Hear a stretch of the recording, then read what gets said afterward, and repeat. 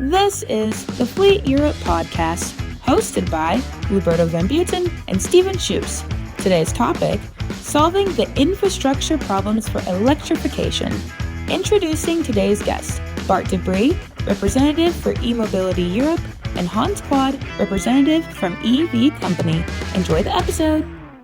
Hello and welcome to this fourth podcast of Fleet Europe, and today we discuss the challenges in infrastructure and charging we face when electrifying our fleets. Of course, we have two guests and we have our co-host, as always, Schoefs, head of buyer acquisition at Nexus, or better said, Fleet Europe.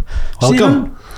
Steven, you're looking forward to this podcast about charging? I do. I must admit that I'm driving a battery electric vehicle myself, so it will be interesting to see with two experts what they think about the infrastructure today. Yeah, because you drove from Hasselt in Belgium to Rotterdam. That's yes. How many kilometers? It's a little bit less than 200 kilometers.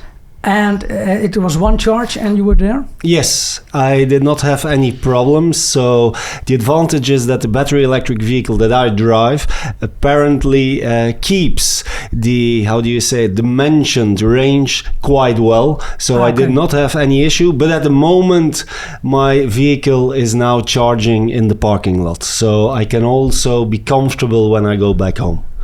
Okay, yeah, that's good. You're looking pleased already and comfortable. Exactly. Sitting here while your car is charging.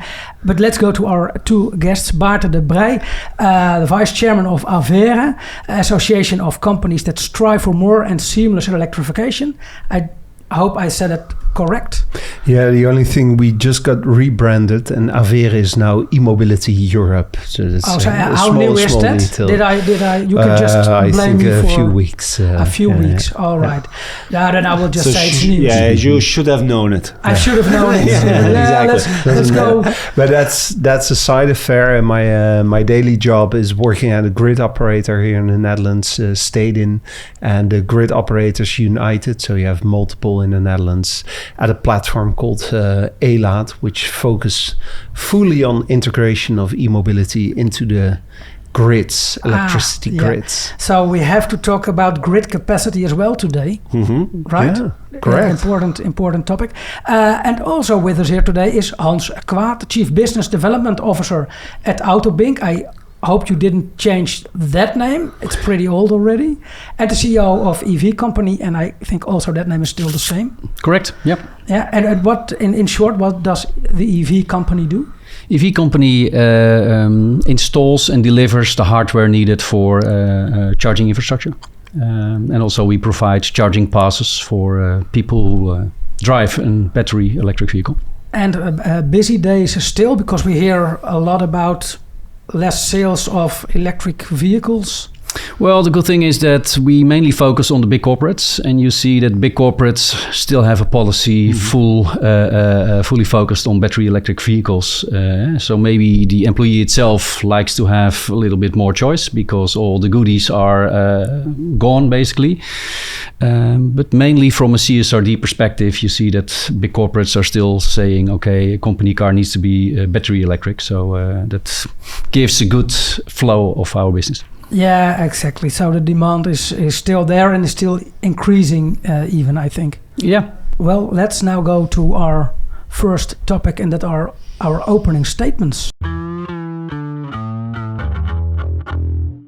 So Hans, I start with the statement I have for you. The companies active in EV charging infrastructure don't dare to take risks, and that's why the infrastructure in some parts of Europe is not yet sufficient. Okay, well, that's quite a bold statement. It should be. Is it a yes or is it a no? I say it's a no. You may elaborate a little bit on it as well. Yeah, there are many reasons why the chicken and the egg stories, why they are there. Sometimes there is not enough power available. There is permit discussions going on. There is government policies that's keeping going from left to right.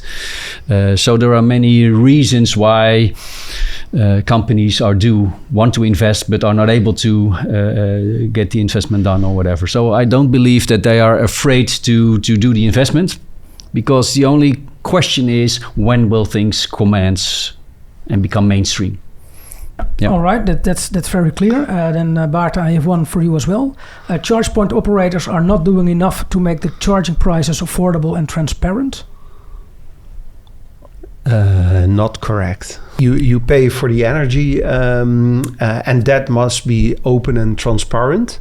And the consumer organizations I think it was during the pandemic that they mandated to provide that information to all. And I think every charging station has a QR code or a website where it's on the front page, so you don't have to click through many menus. No. Yeah. They're doing a good job. All right. Steven, you parked your car in this building. I don't know what the price is. That what we. I don't know what the price is. No, so we discussed what it. The price is? No, yeah. Let's say, honestly, I got a company car. It needed to be a full electric vehicle.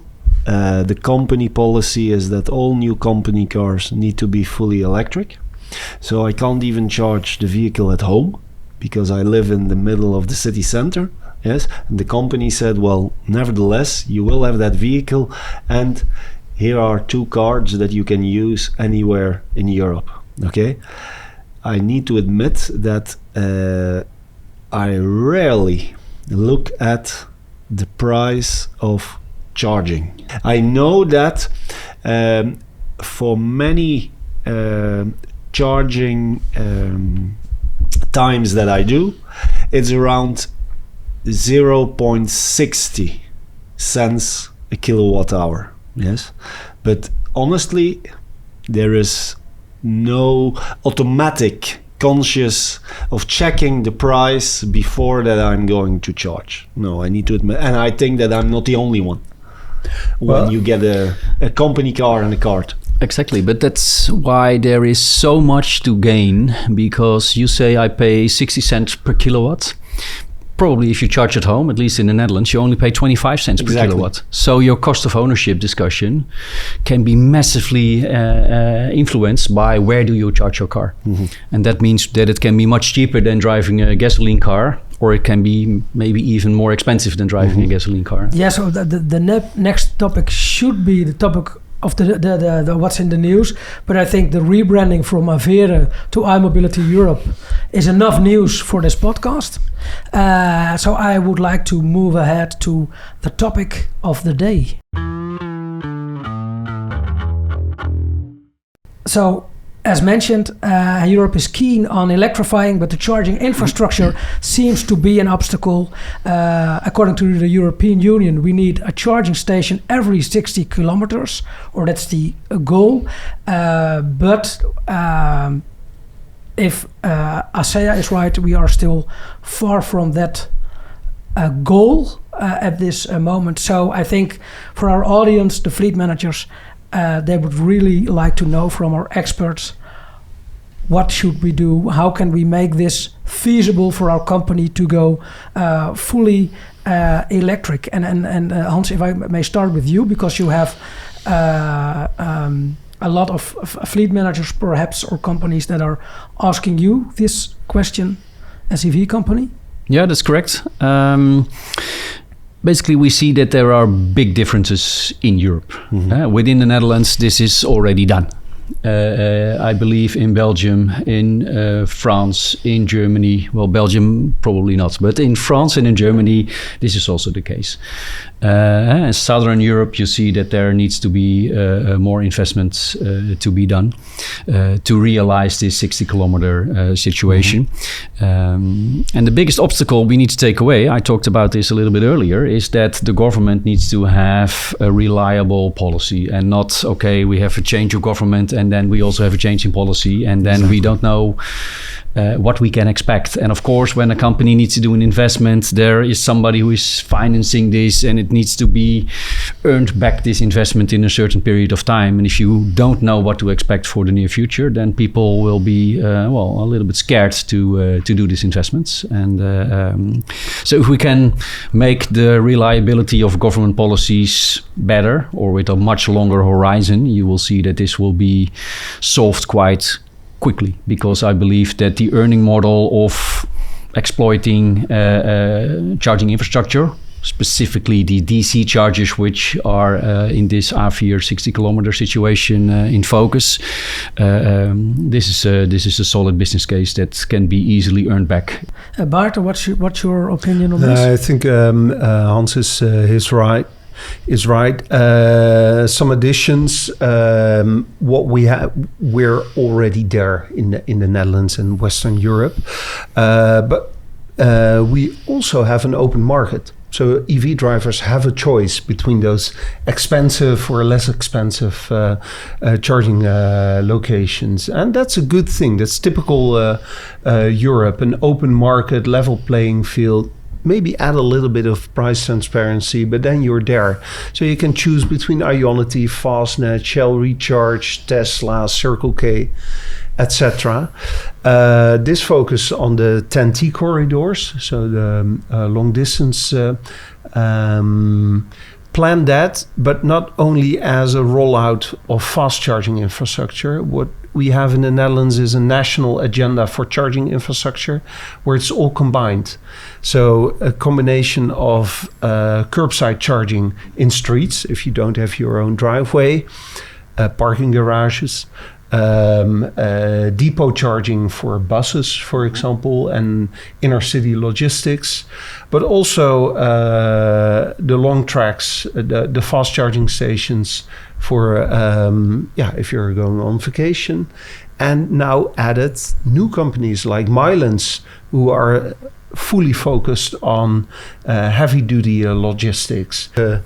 Parking lots aren't ready for big trucks, etc. So you want to have dedicated charging facilities at different locations, sometimes along the same highway, but at different locations or at industrial areas. So that is where companies like Milans come in. Yeah. But plan that all together, also from a grid perspective, so you can share the scarce grid capacity. Yeah, because sorry to interrupt, but Steven had our LCV community released a position paper a couple of months ago, and I think this was one of the main topics they addressed in that, right? The infrastructure for light commercial vehicles. So there are a couple of issues, and EV charging infrastructure is one of the main elements that those fleet managers of large multinational light commercial vehicle fleets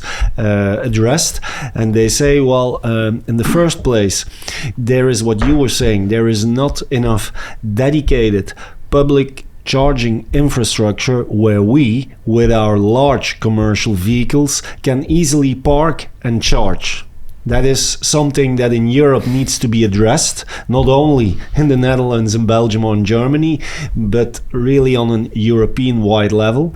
And secondly, they were also saying what we are having, and this is perhaps also an interesting topic in terms of grid capacity, is that for those commercial vehicles, that sometimes, also in the Netherlands, we have issues with the grid capacity when hundreds of commercial vehicles turn back to the company or the depot and need to charge at the same time. Yes, they even have addressed those grid capacity issues to the operators, to the municipalities, etc. But it takes such a long time before that there is an add-on of the grid capacity, and in the meantime they are a little bit stuck with smart energy management. Isn't that going to be a problem that now it exists in the Netherlands, but maybe in other countries as well? Probably. And also countries that are like speeding up with the electrification also? Or? But first of all, we always say it's a good sign.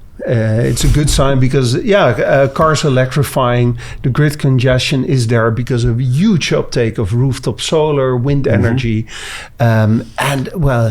it takes quite some time to do grid investments. It's easier to purchase a vehicle or to install the charger than to do all the extra cabling. And some years ago, we didn't know it would be such an exponential growth. So that's one thing. See it as a good sign. Secondly, this is also where innovation comes in. So if there would be excess grid capacity, we probably overinvested. And now you see smart solutions, smart charging. Do you really want to charge at 5 o'clock returning to the depot? Or can you also charge at night when prices are low? So a little bit of scarcity isn't that bad. And now we see a lot of vehicle to grid in the Netherlands, where your battery of the electric vehicle, and if you have a large fleet, you have a lot of batteries, can give back energy. And you can make even a bit of money on a parked vehicle. So scarcity also encouraged innovation. Curious, Hans, what do you think of this? Because I think that the smart charging solutions is something that you are working on as your EV company, and also maybe also as a business development manager at Autoweek. Yeah. The smart charging is, of course, for the grid companies, it's very important. For the user of the car, it's more like, is it cheaper for me to charge when I have a flexible energy contract, when the prices are low or maybe even negative? I can make a little bit of money. If I can use my own solar panels, it's interesting for myself or for the company, because you have green energy using in mobility, which is good for the CSRD regulation as well. So this is a focus area, of course, and that's also why we now see that vehicle-to-grid vehicles are coming to the market, because people are asking these kind of solutions, because you can use your car as a battery on wheels to, well, basically stabilize the grid, or to balance the grid, to put your car as part of the grid, and then the grid operators can put energy in when they have too much. They can take energy out when there's too much demand. And you, as the owner or user of the car, well, okay, you can make a little bit more money by making your car available to be balanced. Is this already a thing here in the Netherlands and perhaps in other countries? Because you know it better than we do, probably. But for example, that large companies that have hundreds, thousands of electric vehicles, that they can sort of become an energy producer or distributor themselves and sign a contract with other companies and be paid for the overtoll of energy that their vehicles produce? Is this already a business model that exists? Yeah, but it's not really mainstream. Of course, solar charging is a very hot topic these days, specifically in the Netherlands. But also now the fact that cars becoming available for vehicle-to-grid makes it a nice option once it is available. And in the meantime, it's flexible energy rates that are used by companies. Now, actually, with environmental zones in the 40 biggest cities, fleet operators in large tempo electrify their fleet to have access to the inner cities. And of course, they're operating in different cities. So all light-duty vehicles are electrified at a very rapid pace. Car sharing companies, you mentioned in Utrecht, there's My Wheels, an initiative with 500 bidirectional Renault 5s. Kia's entering the market with EV3, for example. EV9 is a bigger vehicle. It's also able of doing bidirectional charging. I'm working a lot with car manufacturers, and this isn't an off-the-shelf product yet. So there are a lot of child diseases, and we have a lot to learn. But once you have a mature product for the Dutch market, and we design it on an interoperable way. So it isn't only able to do bidirectional charging in the Netherlands, but also other countries. Well, then it's only a matter of the local authorities to install bidirectional charging infrastructure. The vehicles can do it. Yeah, so let's step into the shoes of our fleet managers. Hans, I start with you to do that. They want to electrify. How would you do that? Would you take like whole Europe and electrify your complete fleet, or would you emphasize on certain regions to do so, to start? You have to look at the use case. Where do they use the cars for? Is it passenger cars for your account managers? Of course, it's a different story than if it's in ELCV that needs to drive a lot of mileage, or even the big heavy electric trucks that do international long distance drives with megawatt charging solutions. So the use case, where is it already able to electrify your fleet? That's where you have to look into. How much mileage do my employees drive with the car? What's the purpose? What vehicle types are available? What is the range of those types? What's the charging speed? Where can I charge the car? Can it be at the employee at home? Can it be in the office? Can it be at a retail charging location? Can it be on a highway fast charging solution? And are those type of chargers available in the area where your employees travel with their cars? Solution. And do you think there is, because that's also now a discussion point, if there should still be a market also in, let's say, 5 or 10 years from now for hybrid vehicles, plug-ins, for example? Well, it depends again a lot on what the government will do, because currently a hybrid vehicle has quite an interesting tax advantage, because it's a theoretical CO2 emission that's determining the amount of tax that you pay on these vehicles. But now there is a change in calculation of the tax where the hybrids are there is a multiple on the current CO2 emission that's applicable to pay the chargers for the purchase tax, which makes it very much unattractive to buy a hybrid vehicle. Which is a pity, because the hybrid vehicles currently are able to drive maybe 100 kilometers full electric, which is for most cases enough for the day-to-day travel or home to work you have to make the people charge instead of driving gasoline. To being too lazy and simply putting gasoline, then you have a much higher CO2 emission, then you have to pay much higher taxes now currently, and that's why I expect that the hybrid vehicles will be financially unattractive as an alternative in the near future. Yeah. And it's also plug-in hybrids, apart from electricity is cheaper than petrol at the moment. It's cleaner in most cases if it's sustainable generated. But it's plug-in hybrids also is a very smooth way of rollout. So the argument of range anxiety doesn't exist. You often, as a fleet operator, you offer a charging station with a plug-in hybrid vehicle, because you want people to charge, because for the cost of your whole fleet, that is cheaper. And that charging station then already is installed when at a later generation there will be a full electric vehicle. All right, thank you. Yeah, we are coming near the end of our podcast already. It goes very fast, but there's a question I have for the both of you. That is, of course, from 2035, there will be a ban on sales of the ICE cars. That will stay in place. The rest is all postponed, but that is where we are heading towards to.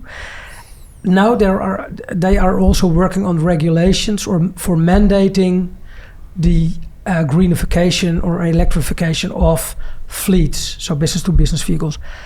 I want to hear from each of you. I will start with you, Steven. Is that a good idea? It's never a good idea, I think, to mandate something, but it can be good to try to incentivize things. And I think indeed that businesses in Europe, they all should have, if they don't have yet, clear sustainability targets. To obtain those sustainability targets, the vehicles that they are using are hugely important, and so I think it's good that businesses are giving the right example and also trying to electrifying as much as possible and consuming as much as possible, less consumption and waste.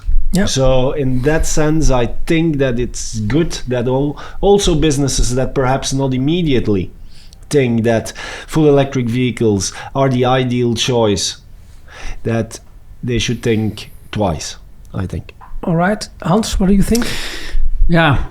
I believe that this we see that with big transformations you always need a push from a government with some kind of obligation, because as long as the TCO discussion is not in favor of the new solution, the new technology or whatever, people will stay behind. They will wait until they are obliged to do it, or it's cheaper or better for their financial situation, and then they will move over. So you see that also with car mobility, we see that when the government says you are forced to do this, and then of course businesses are most likely the type of companies that are able to do this, then we can really overcome the chicken and the egg story. And like you just said about the hybrids, also in the Netherlands we had huge incentives to drive a plug-in hybrid vehicle, which we did massively, and that's the reason why we already have quite a good charging infrastructure, AC, for all these Mitsubishi Outlanders that were out there in the Netherlands. And were never charged, but doesn't matter. There were charging points, and now we are using the same charging points to charge our battery electric vehicles, which makes the whole acceptance of driving a full electrical vehicle much better in the Netherlands, and we are one of the front runners in Europe for that reason. Yeah, so sometimes you need to have a push to develop faster. Yeah, for sure. What's your opinion, Baerte? Yeah, a little bit of regulation is okay in my opinion if there's a big social benefit. Yeah. Keep in mind, we also have regulation on safety belts and airbags, while it makes the vehicle individually more expensive to add an airbag on that vehicle. But for society, the costs are reduced. And the same is for electrification of vehicles on climate targets, clean air targets, but also integrate the battery into your energy system, and it might be even a profit center instead of a cost driver. Oh, every company would love to hear that, I think. Then one other thing, of course, so let's say that we're going to mandate the greenification of fleets. From 2035, we have a ban on the sales of ICE cars. At this moment, we have like 600,000 charging points across Europe. According to ASEA, I don't know if you agree with that, we need like almost 9 million of those charging points. Do you also believe that's the case? And is that achievable? Because that have to be ready then, I think, also in 2035, right? Just calculate back. So that's 10 years, 9 million in 10 years. We already have 600,000. So say 1 million per year in 27 member states. So I think it's really doable to have that target, as long as you collaborate a little bit, not do it individual, but have national agendas for charging infrastructure. Combine heavy duty charging, fast charging, curbside charging, and plan it. You have 10 years. It can be a linear growth of 1 million all over Europe at year one, but it can also be a little bit exponential, in my opinion, to achieve that target. Yeah. And a part of the members of your association will make a lot of money by putting that infrastructure in place, I think. Yes, and it depends on them. Some of our members, and let's just put it into perspective. And they will make money on selling electric vehicles or charging. But also keep in mind, and what I mean is, they want to. It's not up. They want to go ahead and.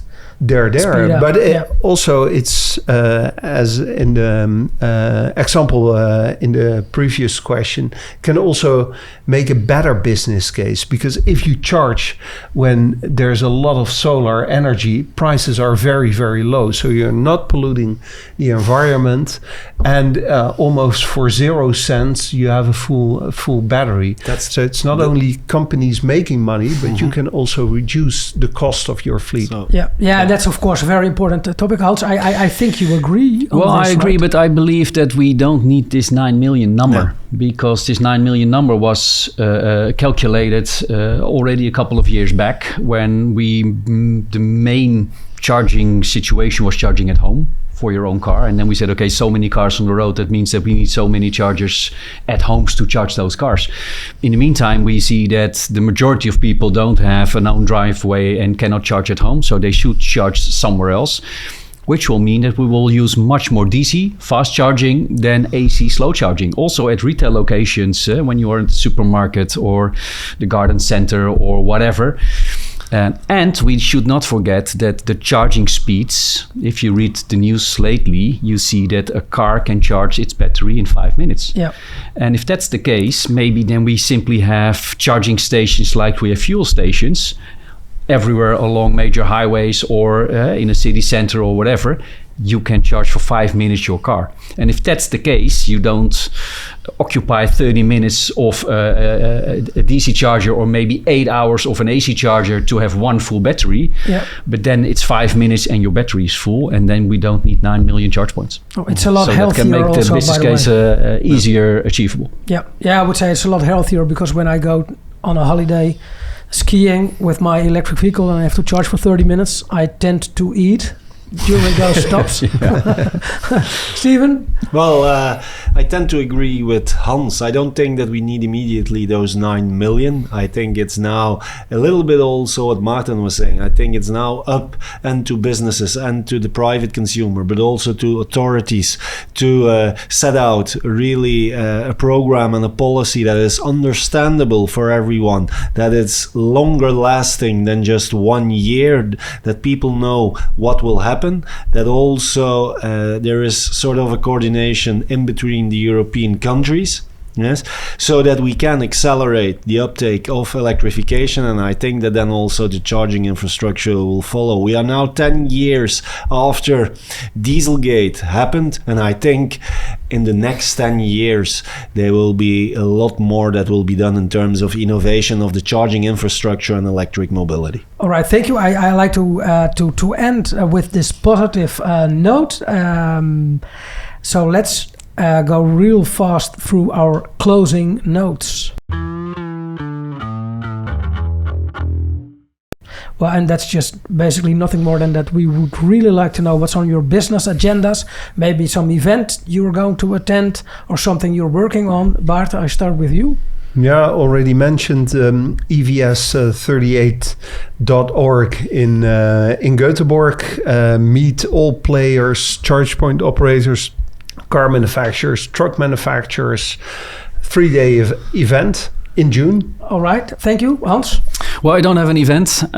We are close to launching a new proposition, which is called the E-Manager Insight, where we really help fleet managers to have grip on where do my employees charge the cars. And to see how much this can influence their TCO, to really help them steer on charge at the charging points where the prices are low. Also control your right foot to not consume too much electricity, because this is also an important aspect, and that helps to make, well, driving an electrical vehicle very affordable for companies. All right, thank you. Steven? Well, it's all about our Global Fleet Summit from our Global Fleet brand that we have next to Fleet Europe, organizing from the 12th to the 14th of May in Portugal, the Global Fleet Summit. We will talk about the tariff war. So it's not only about electrification, but electrification will also be on the table, and we are looking a little bit at what can be done in the different regions across the world, not only in Europe, but also in the other regions. And I'm pretty sure that it will not only be drill, baby, drill. All right, very good. Thank you very much, Steven. Baerte, Hans, thank you very much for joining us, and to our listeners and viewers, thank you very much also, and till the next podcast. Thank you. Thank you.